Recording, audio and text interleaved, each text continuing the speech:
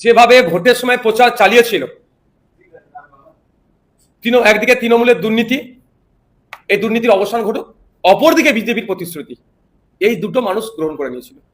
ফলে ব্যাপকভাবে বিজেপিকে ম্যান্ডেট দিয়ে নিয়ে এসেছে। সর্বপ্রথম যে ধাক্কাটা খেয়েছে শ্রমজীবী খেটে খাওয়া মানুষ তথা হকাররা। হকারদের জীবন জীবিকা বিপন্ন করে তুলেছে বিজেপি সরকার 100 দিনে। তাই নয়, লক্ষ্মী ভান্ডারের পরিবর্তে অন্নপূর্ণা যোজনার কথা বলা হয়েছিল, যে আপনার প্রত্যেকটা মহিলাকে 3000 করে দেওয়া হবে। আর যতদিন এগোচ্ছে এই সরকারের বয়স হচ্ছে, নতুন নতুন নিয়মের ফাঁদে ফেলে যারা বিগত দিনে লক্ষ্মীর ভান্ডার পেতেন, এই ধরনের মহিলারাও আজকে বঞ্চিত হচ্ছে। 200 ইউনিট বিদ্যুৎ বিনামূল্যে দেওয়ার কথা বলেছিল প্রতিশ্রুতিপত্রতে, 100 দিনে সেটাও কার্যকারিতা করতে পারেনি। ওর পরিবর্তে সোলার লাগানোর নিদান দিচ্ছে।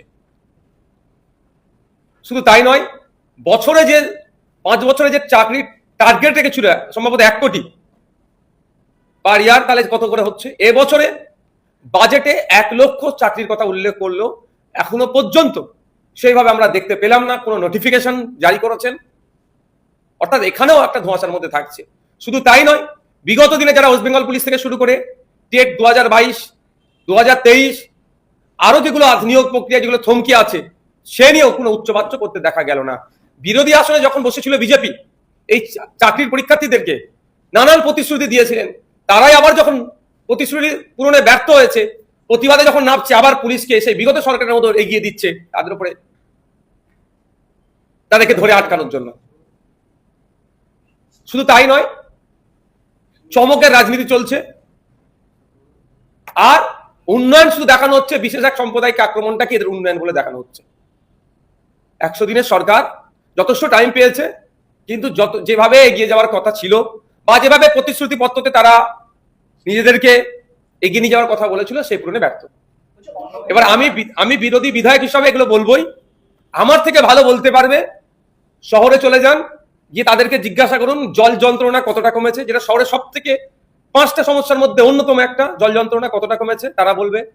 গ্রামে চলে যান, গ্রামের রাস্তাঘাট থেকে শুরু করে পানীয় জলের যে সমস্যা কতটা দূরীভূত হয়েছে, আমার থেকে ভালো গ্রামের মানুষ বলতে পারবে।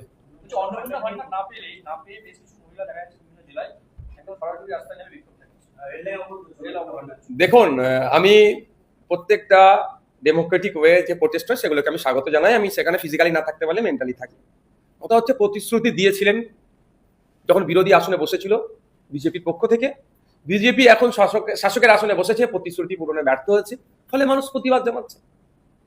আমি একটা কথা হাউসের মধ্যে বলেছি, আজকেও বলছি, যে সার্ভে করা হোক, যারা পুরুষ নাকি অভিযোগ পুরুষ অনেক ঢুকে বসে আছে, কত আছে, তাদের বিরুদ্ধে অ্যাকশন নেওয়া হোক, তাদেরকে বাদ দিয়ে যেভাবে প্রতিশ্রুতি দিয়েছে ওভাবেই প্রত্যেকটা মহিলাকে 3000 টাকা অন্নপূর্ণার যোজনার মাধ্যমে তাদেরকে দিতে হবে। এটা আমার দাবি।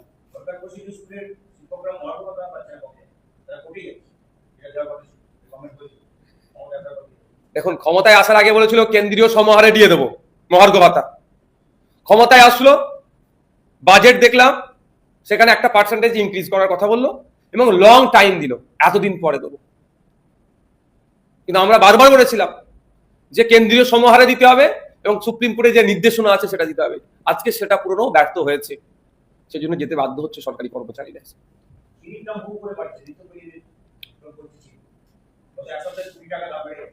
দেখুন, বিশেষজ্ঞরা বলছে যেভাবে ইথানল তৈরি হচ্ছে, ফলে কোনো না কোনো জায়গায় চিনি উৎপাদন কম হয়ে যাচ্ছে, সেই জন্য এর ইম্প্যাক্টটা চিনির উপরে পড়ছে। সমস্যা হচ্ছে এই যে ইথানল নিয়ে তাহলে দুরকম ভাবে আমরা আক্রান্ত হচ্ছি। E20 দ্বারা আমাদের গাড়িগুলো নষ্ট হচ্ছে, একভাবে আক্রান্ত হচ্ছে। দ্বিতীয় হচ্ছে চিনির দাম বেড়ে যাচ্ছে, ওখানে আমরা মার্কেটিং প্রাইস হাইক হয়ে যাচ্ছে, জোড়া দাম আমাদের কিনতে হচ্ছে। সরকারের কাজটাই কি? জনগণকে একটু সুযোগ সুবিধা বেশি করে দেওয়া, মার্কেটকে কন্ট্রোল করা, ভারতবর্ষের নাগরিক যারা আছেন, বাংলা নাগরিক যারা আছেন, তাদেরকে এই যে নিত্য প্রয়োজনীয় জিনিসগুলো আছে সেই দামটা আন্ডার কন্ট্রোল রাখা। তার পরিবর্তে কি দেখছি, একের পর এক দাম বেড়ে যাচ্ছে, কন্ট্রোল তো দূরের কথা, বকলমে দাম বেড়ে যাওয়ার কারণেই এই বিজেপি হয়ে দাঁড়াচ্ছে।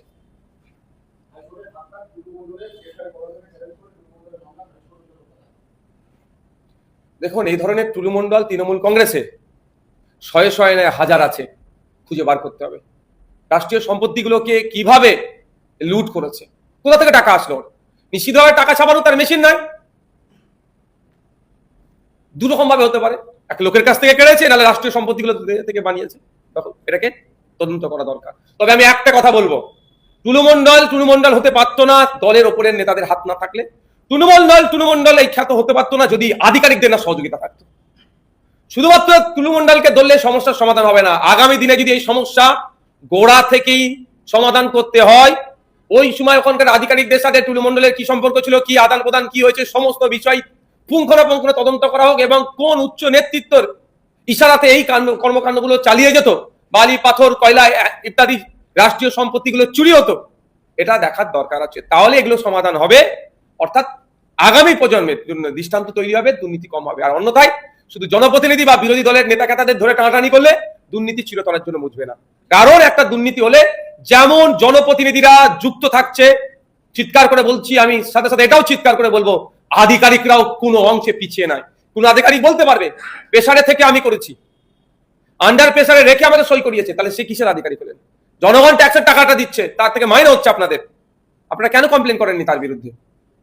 চুরি করে যে, আর চুরিকে যে প্রশ্রয় দেয়, আমরা জানি তাদেরকে কি বলে।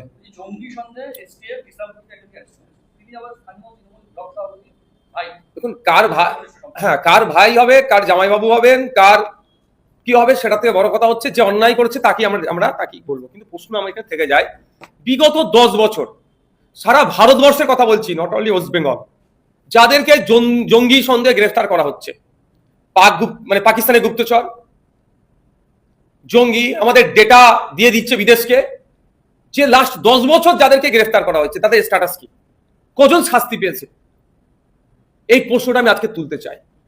গ্রেফতার হচ্ছে, 2-4 দিন মিডিয়াতে বক্তব্য চলছে, ট্রায়াল চলছে, আলোচনা হচ্ছে, তার পরবর্তীতে ওই জঙ্গিগুলো যদি অন্যায় করে থাকে, কেন তাদেরকে শাস্তির দ্রুততার সাথে দেওয়া হচ্ছে না? বিগত দিনে বলেছি, আজকেও বলছি, যদিও ফাঁসির বিরোধিতা অনেকে করে, আমি সেখানে আমি যাব না, তারপরে বলছি 6 মাসের ফাস্ট ট্র্যাক কোর্টের মাধ্যমে এদের বিচার হোক। এরা যদি দোষ করে থাকে, সর্বোচ্চ দৃষ্টান্তমূলক শাস্তি দেওয়া হোক। কারণ এরা যদি অন্যায় করে থাকে, কেন 10 বছর এদেরকে আমরা পুষবো? অন্যায় দেশে থাকবে, দেশ বিরোধী কাজ করবে, দেশের ভাত ডাল খাবার নিয়মিত খাবে, কেন আমরা এদেরকে পুষবো? এদেরকে সর্বোচ্চ শাস্তির ব্যবস্থা হোক। উত্তরবঙ্গ সফরে দ্বিতীয় দিনে অমিত শাহ অভিযোগ করেছেন, এই ধরনের অনুষ্ঠানগুলো, এই ফ্রন্টিয়ার আগে মুখ্যমন্ত্রী ডাকলে তিনি আসতেন, ফলে দেশের স্বার্থ বিঘ্নিত হবে। বর্তমান মুখ্যমন্ত্রী সেই অনুষ্ঠানে যোগ দিয়েছেন, তাকে ধন্যবাদ জানাচ্ছি। দেখুন, আমরা যুক্তরাষ্ট্রের পরিকাঠামোর মধ্যে আছি, পরিকাঠামোর মধ্যে যখন আছি, যে প্রোটোকল আছে প্রত্যেককে প্রোটোকলের মান্যতা দেওয়া দরকার। এমনও তো দেখা গিয়েছে যে আমাদের পশ্চিমবাংলার সরকারের যিনি প্রধান, অ্যাডমিনিস্ট্রেটিভ মিটিং করছেন, বিরোধী এমপি এমএলএদেরকে বর্জন করে, এটা তো প্রোটোকলের বাইরে। আজকে অমিত শাহজি যে কথা বলছেন, প্রোটোকলের মধ্যে থেকে নিশ্চিতভাবে বলছে। তবে একটা কথা আমি অ্যাড করতে চাই, যেহেতু তিনি উত্তরবঙ্গে এসেছেন, উত্তরবঙ্গে এসে আমাদের দেশের নিরাপত্তার জন্য তিনি আলোচনা করছেন।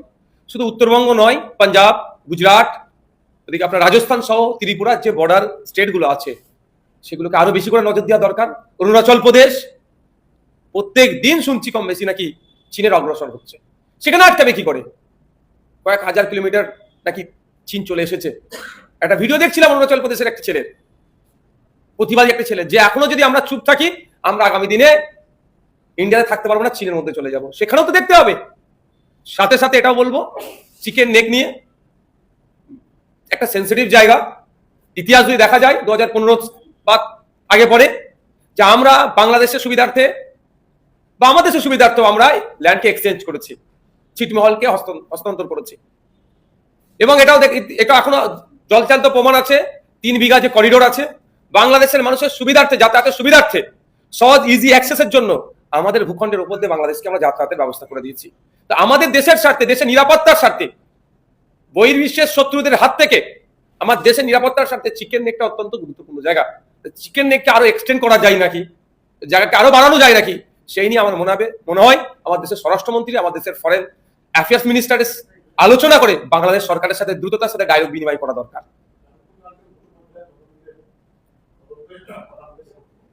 যাদবপুর, দেখুন, একটা টাইম পর্যন্ত ভাবছিলাম যে যাদবপুরের ছাত্রদের সাথে বহিরাগতদের লড়াই, কিন্তু পরবর্তী যত বেলা গড়ালো দেখতে পেলাম যাদবপুরের কৃষ্টি কালচার ঐতিহ্যের উপর আক্রমণে নেমেছিল কারণ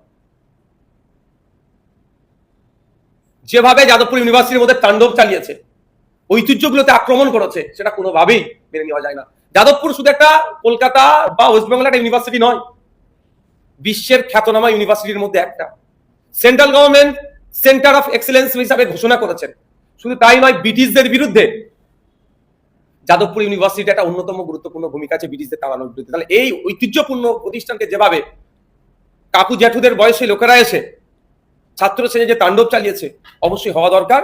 তো যে কমিটি উচ্চ পর্যায়ে কমিটি গঠনের কথা বলেছেন, আমি আমি জানি না, তবে আমি আশা করবো যেন একটা টাইম ফ্রেম করে দেয়, ওই টাইমের মধ্যে তদন্ত প্রক্রিয়া শেষ হবে।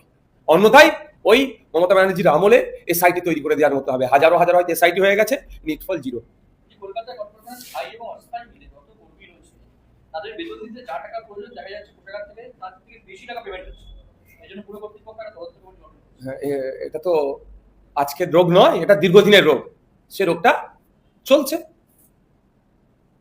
শুধু তাই না, আপনি খোঁজ নিলে দেখবেন এই যে হেডে টাকাটা উঠছে, যেটা অস্থায়ী হেডে বেশি টাকা উঠছে। এটা চুরি করার সব থেকে ওদের জন্য, যারা চুরি করে তাদের জন্য সেফ জোন। অস্থায়ী কর্মী হিসাবে এগুলো তুলছে, তদন্ত হওয়া দরকার।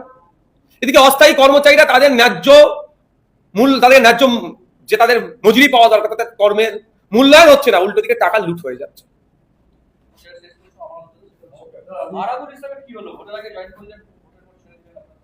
দেখুন, এটা নিয়ে আমি বেশি কথা বলবো না। প্রথম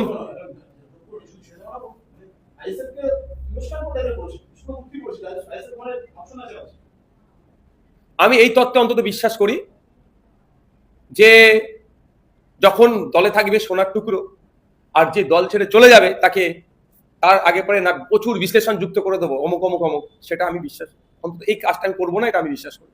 সুতরাং সে ছেড়ে গিয়েছে, একাধিক অভিযোগ রেখে ছেড়ে গিয়েছে। আমি একটা উদাহরণ দিয়ে এই কথাটা শেষ করব। আমি মনে করি না, সবাইকে সম্মান দিয়ে বলছি, যে আমাকে তিনি দল ছেড়ে বেরিয়ে গেছেন মানে তার নিয়ে অনেক কথা বলতে হবে, প্রশ্ন তুলেছেন বলে বলছি, তাহলে স্পেশাল আমি রিয়াকশন দিতাম না। এতটুকু বলবো, আমরা জানি গ্রামে শহরে আমরাও দেখেছি যে কিছু পশু, মানে জন্তু আছে, পশু আছে, প্রাণী আছে, তারা নোংরাতে মুখ লাগায়। আমরা অনেক সময় সেই জন্তুগুলোকে, প্রাণীগুলোর মুখে জাল লাগিয়ে দিই, যাতে এই নোংরাতে না মুখ দেয়। মুখ মানে খেয়ে নেয় নোংরা, জাল লাগিয়ে দিই আমরা। কিন্তু দেখবেন যদি ছেড়ে দিই, আবার জাল লাগিয়ে ছেড়ে দিই, খেতে না পারলেও ওখানে গিয়ে মুখ গুজে চেষ্টা করে। এতটুকুই আমি বলবো।